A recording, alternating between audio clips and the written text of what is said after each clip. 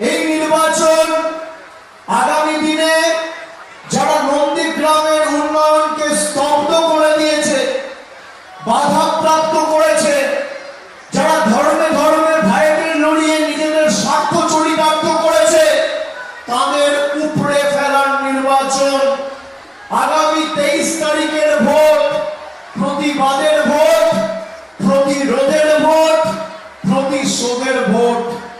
যিনি এখান থেকে প্রার্থী হয়েছেন বিজেপির শুভেন্দু অধিকারী, আমি কয়েকদিন আগে দেখছিলাম যে এখানকার সিইও মনোজ আগরওয়াল 7 তারিখ নন্দীগ্রামে বিজেপির কিছু মার্কা মারা গুন্ডাদের নিয়ে ঘুরে বিভিন্ন জায়গায় শুভেন্দু অধিকারী হয়ে প্রচার করছে।